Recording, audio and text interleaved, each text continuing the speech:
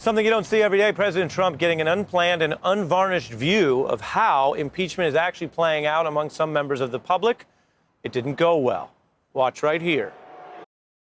An enormous impeach Trump banner hanging in the outfield. Behind home plate, Veterans for Impeachment signs. And then there was this loud boos following the announcement of Trump and the First Lady's attendance. We are joined by the President and First Lady of the United States.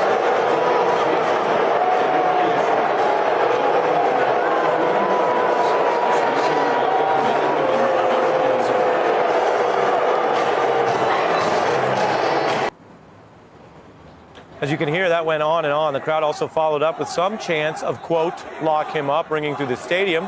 And that's the reaction of some members of the public. Meanwhile, there are many anonymous worried Republicans who appear to be sending up flares. One Republican senator saying that the problematic public arguments from Donald Trump combined with a series of evidentiary bombshells makes it all feel like a horror movie. Here to discuss is Jason Johnson, politics editor for TheRoot.com. Good evening to you, sir. How do you think it's all playing there in Washington in the crowds and how that affects these senators who could ultimately be, under the impeachment system, Donald Trump's jurors? Well, it's not just Donald Trump who heard those boos, Ari. It's all the Republican senators, right? And yes, Washington, D.C. is a bit of a blue place. But, you know, all these red hats were not MAGA hats. It was regular people, moderates and conservatives, who were screaming and yelling and booing. And I think this is important to understand.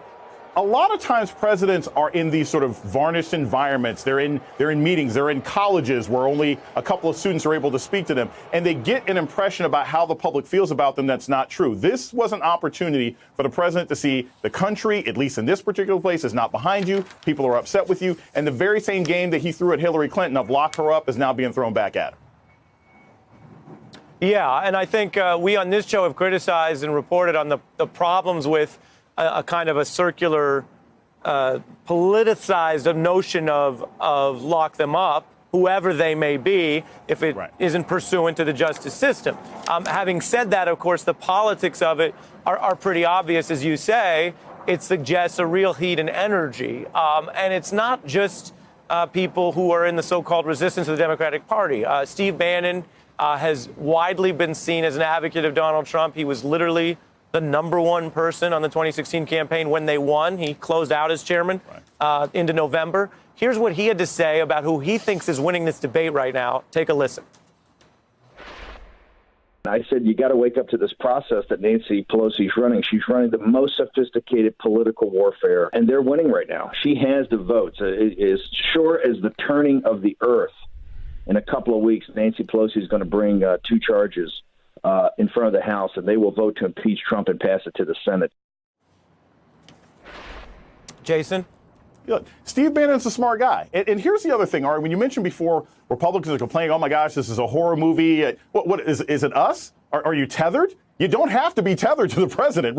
Republicans have the ability to get themselves out of the horror movie. Even though the call is coming from inside the House, the Senate still has some power here. And the problem is you have too many Republicans who have to have a screaming crowd at a baseball game that the Nationals lost before they realize that staking out an independent path might be a better decision for them. Steve Bannon has always been somebody who's very good at acknowledging strategy. Nancy Pelosi knows where she's going with this. The vote later on this week is going to lay out ironclad rules so Republicans can't claim that they don't know the process anymore. I think now is a time, whether you decide that you're going to support President Trump or not, as a Republican, you need to have a clear reason, and not just one that works on the talk shows, one that you're going to be able to explain back in your district at home. Yeah, and that's the final question I want to ask you. I'm speaking to you on a week that is kicking off with the House and Speaker Pelosi setting the agenda. The president is responding to the evidence they've unearthed, to the schedule they're setting, to a Thursday vote. As mentioned, that's new and big, and nobody knew 2 months ago that this week the House would be doing that. This is Speaker Pelosi driving it. And I wonder what you think about how Donald Trump has struggled to handle her, which really builds out of your answer to the last question, as in contrast to Mr. Mueller, who ran by, as he was supposed to, didn't run a political game, didn't run a public game, but in that private, confidential, and very careful process, Mr. Mueller in the public eye was obviously sometimes overwhelmed by other louder forces, be they Mr. Barr or Mr. Trump. And yet here, Donald Trump looks in a public fight over evidence, he looks outmaneuvered this week by the speaker. Well, because Robert Mueller was concerned with what he constrained himself with, right? Robert Mueller said, I'm not going to do this, I'm not going to do that, I'm going to stop leaks. So he was never able to fight the PR battle that many Democrats and sort of resistance people wanted to. Nancy Pelosi knows the PR battle. Nancy Pelosi knew how to set up the 220 Democrats. Think about this also, Ari. 24 hours ago, the president was crowing about the fact that he defeated ISIS. We're not talking about that anymore. By Thursday, we're going to be talking about the pre-impeachment vote. Politically and communications-wise, Nancy Pelosi is for once running circles around him. And the problem is, if the president can't figure out a way to change this narrative, not only is he obviously probably going to lose the impeachment vote in the House, but he will lose support in the Senate. And the real question is not going to be whether or not he gets removed. I don't think that happens. But if this continues to go bad from a messaging standpoint, you could see 5, 6, 7, 8 senators, Republican senators, make symbolic votes for impeachment because the president can't explain himself and they're tired of taking arrows for him. Yeah, and I don't know if you're right or not, but I do know that the reporting does suggest that what you're saying is quite plausible, because Republican senators aren't just saying now, let's sit through a few bad weeks and move on. Right. They're throwing up these warnings, these blind quotes. They're trying, maybe some would argue in a very secretive way because they don't want to put their name on it. But they're not saying, hey, a Republican somewhere said we're losing. It says Republican senator. And if you are the president facing impeachment, senator in your party is the most important person in the world until you know you're not convicted. We know that from history. Jason, always good to chop it up with you, sir. Thank you so much.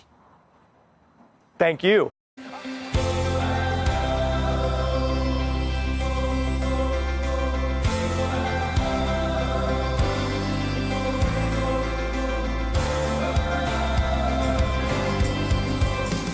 Thanks for watching. To see more videos, click right here, and subscribe.